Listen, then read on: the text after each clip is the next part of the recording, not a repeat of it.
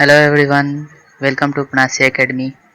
सो guys, इस lecture में हम लोग मैं इलेक्ट्रोमैग्नेटिक इंडक्शन का डीपीपी 1 सॉल्व करेंगे। ठीक है, क्वेश्चन डिस्प्ले कर रहा है, आप लोग पॉज करके क्वेश्चन उतार लीजिए, इसका पीडीएफ भी आप लोग को मिल जाएगा। ठीक है, तो चलते स्टार्ट करते हैं क्वेश्चन नंबर 1 से। ठीक है, क्वेश्चन नंबर 1 पढ़िए। क्वेश्चन नंबर 1 क्या कह रहा है कि ए रॉड ऑफ लेंथ, एक रॉड है, conducting rod of length L is moved with constant velocity V naught on two parallel conducting smooth and fixed rail that are placed in a uniform constant magnetic field B perpendicular to the plane of rail as shown in figure. A resistance R is connected between the two ends of rail. Then which of the following statement is correct? क्या है कि एक rail जो लगा हुआ है, ठीक है, ये कंडक्टिंग रॉड है, ठीक, V नॉट से मूव कर रहा है, कांस्टेंट मैग्नेटिक फील्ड में एक रेसिस्टेंस लगा हुआ है। ठीक है, तो ऑप्शन से हम लोग को देखना है। ठीक है, तो फर्स्ट ऑप्शन क्या है? The thermal power dissipated in the resistor is equal to the rate of work done by external person pulling the rod. ठीक है, मतलब external person pulling the rod. ठीक है, तो जो रेट ऑफ डूइंग वर्क है, ठीक, सपोज कर लो कि हम लोग जानते हैं कि एक रॉड मैग्नेटिक फील्ड में मूव करता है तो उसके अक्रॉस ईएमएफ डेवलप हो जाता है। ठीक है, एक रॉड अगर मैग्नेटिक फील्ड में मूव कर रहा है, ठीक ठीक है, तो जो ईएमएफ जो डेवलप होता है वो क्या होता है? V cross B dot DL, ये डेवलप होता है। ठीक है, ठीक है, तो देखो V क्रॉस B करेंगे तो इस डायरेक्शन में आएगा, तो ये हायर पोटेंशियल हो जाता है और यह लोअर पोटेंशियल हो जाता है। ठीक है, तो इस रॉड में V क्रॉस B, V इधर है, B इधर है नीचे की तरफ, तो V क्रॉस B का डायरेक्शन क्या हो जाएगा? V क्रॉस B का डायरेक्शन ये हो जाएगा, यानी this is at higher potential और this is lower potential. Lower potential हो गया, यानी कि बोल सकते हैं कि इसके बीच एक, इसका अगर इक्विवेलेंट सर्किट बनाए तो क्या होगा? एक रेसिस्टेंस है, ठीक है, और यहाँ पर एक ईएमएफ लगा हुआ है, ईएमएफ। ठीक है, इस ईएमएफ का वैल्यू कितना हो जाएगा? V naught B L. ठीक, अब इस ईएमएफ की वजह से इसमें करंट फ्लो करने लगेगा, तो करंट I कितना हो जाएगा? ईएमएफ अपॉन R, यानी V naught B L by R, इतना करंट हो गया। ठीक, तो हीट डिसिपिएट कितना होगा? हीट डिसिपिएट रेसिस्टर में हीट कितना? I square R. ठीक है, आई स्क्वायर, या इसी को ईएमएफ इंटू आई भी बोल सकते हैं, ईएमएफ इंटू आई। ठीक है, तो आई स्क्वायर आर करेंगे, ठीक है, तो ये क्या हो जाएगा? या E into EMF, EMF into I current. ठीक है, करंट। ठीक है, ये हो जाएगा हीट डिसिपेट। अब क्या कर रहा है? एक्सटर्नल एजेंट के द्वारा जो वर्क डन हो रहा है, rate of doing work done. ठीक, तो सपोज कर लो एक्स डिस्प्लेसमेंट हो रहा है। ठीक, अब जैसे ही ये मोशन करेगा, ईएमएफ की वजह से इसमें करंट आ जाएगा इस डायरेक्शन में, यानी इधर करंट फ्लो करने लगेगा। अब इस करंट की वजह से एक फोर्स लगने लगेगा इस डायरेक्शन में, मैग्नेटिक फोर्स। ठीक है, तो एफएम कितना हो जाएगा? I L B.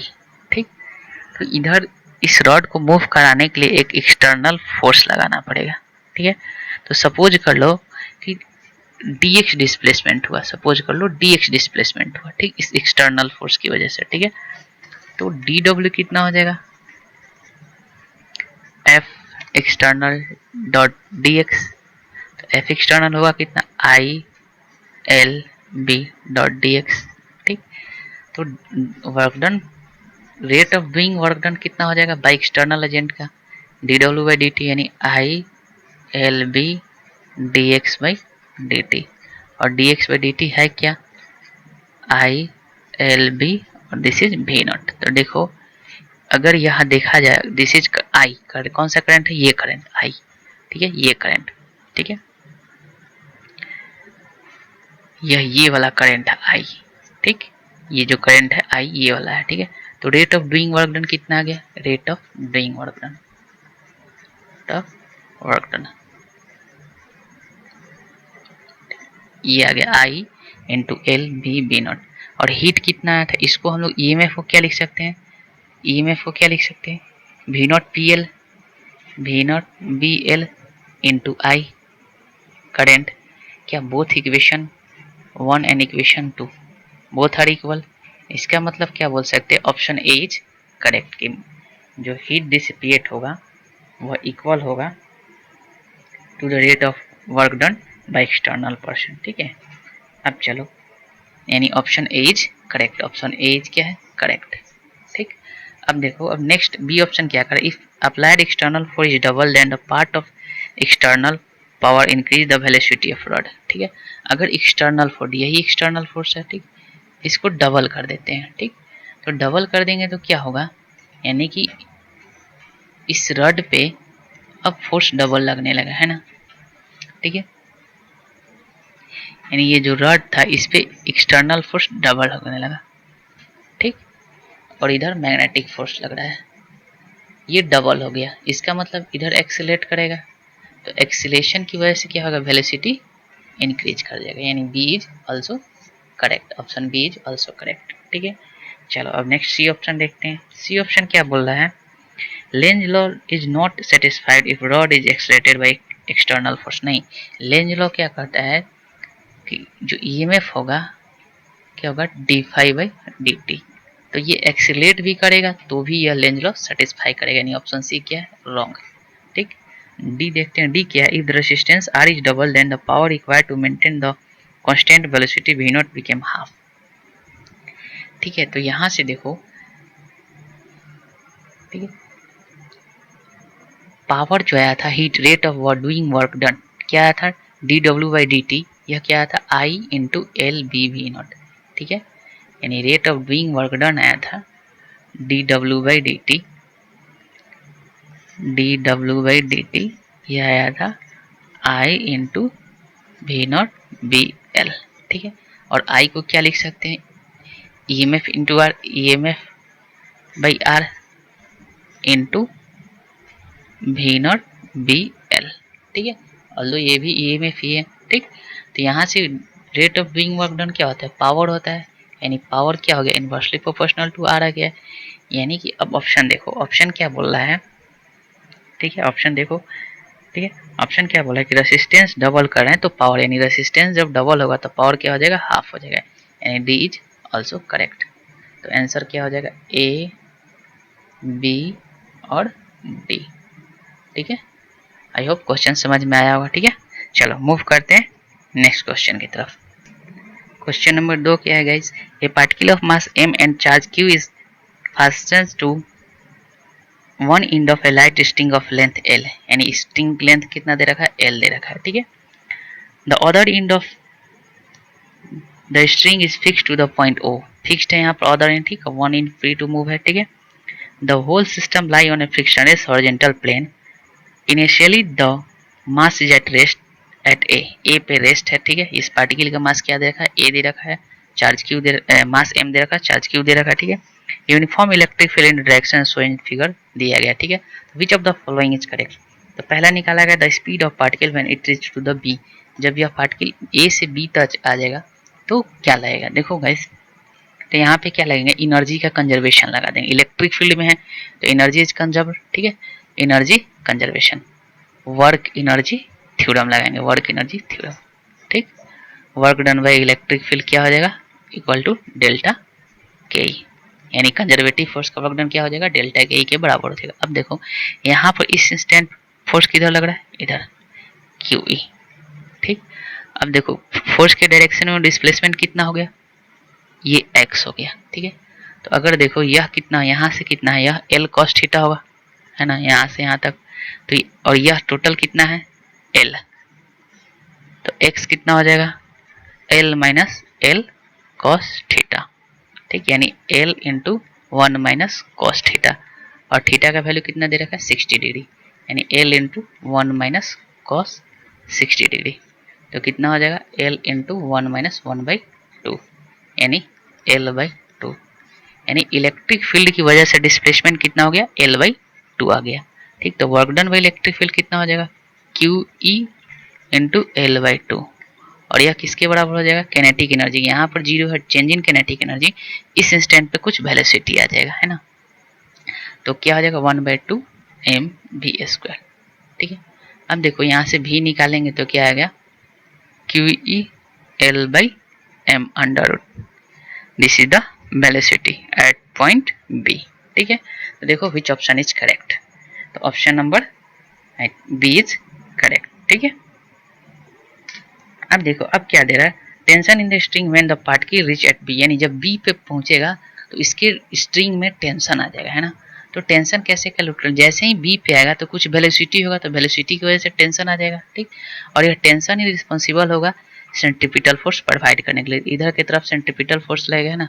तो देखो यहाँ बाहर की तरफ क्या लग रहा है, क्यूवी लग रहा है, अंदर की तरफ क्या लग रहा है, टेंशन लग रहा है, और एक सेंट्रीपिटल फोर्स लग रहा है एफ सी। तो क्या लिखेंगे, T minus Q E equal to F C, यानी mv²/L। ठीक, तो देखो अब यहाँ से देखो गाइस, mv²/L इस इक्वेशन से क्यू ई बराबर क्या होगा mv²/L। ठीक है, यहाँ से हम लोग इस इक्वेशन को क्या करेंगे, यहाँ पे पुट कर देंगे। ठीक है, तो ये क्या हो जाएगा, T minus Q E equal to Q E, implied T equal to क्या आ गया 2QE, यानी टेंशन कितना हो जाएगा 2QE। ठीक है, तो जब पॉइंट बी पे होगा पार्टिकल्स तो उस इंस्टेंट पर टेंशन कितना हो जाएगा 2QE के बराबर हो जाएगा। ठीक है, आई होप क्वेश्चन समझ में आया होगा। ठीक है, so option which one is correct, option number B and C is correct, option number B and C is the right answer. ठीक है, चलो मूव करते हैं नेक्स्ट क्वेश्चन की तरफ। सो क्वेश्चन नंबर 3 क्या है, a semi circular wire of radius r is rotated with constant angular velocity omega about an axis passing through the one end and perpendicular to the plane of wire. There is uniform magnetic field and B. The induced EMF between end is। ठीक है, तो देखो guys इसमें हम लोग पढ़ चुके हैं कि जब हम लोग कोई रॉड को रोटेट करते हैं मैग्नेटिक फील्ड में, ठीक है, किसी भी रॉड को रोटेट करते हैं मैग्नेटिक फील्ड में ओमेगा से, ठीक ठीक है, तो इसके अक्रॉस जो होता है रॉड के अक्रॉस, इस रॉड के अक्रॉस एक ईएमएफ जनरेट होता है, और ईएमएफ होता कितना है, ठीक 1/2 बी ओमेगा एल स्क्वायर। ठीक है, ये होता है, और एल क्या है, एल इज द डिस्प्लेसमेंट, कितना क्या होता है डिस्प्लेसमेंट।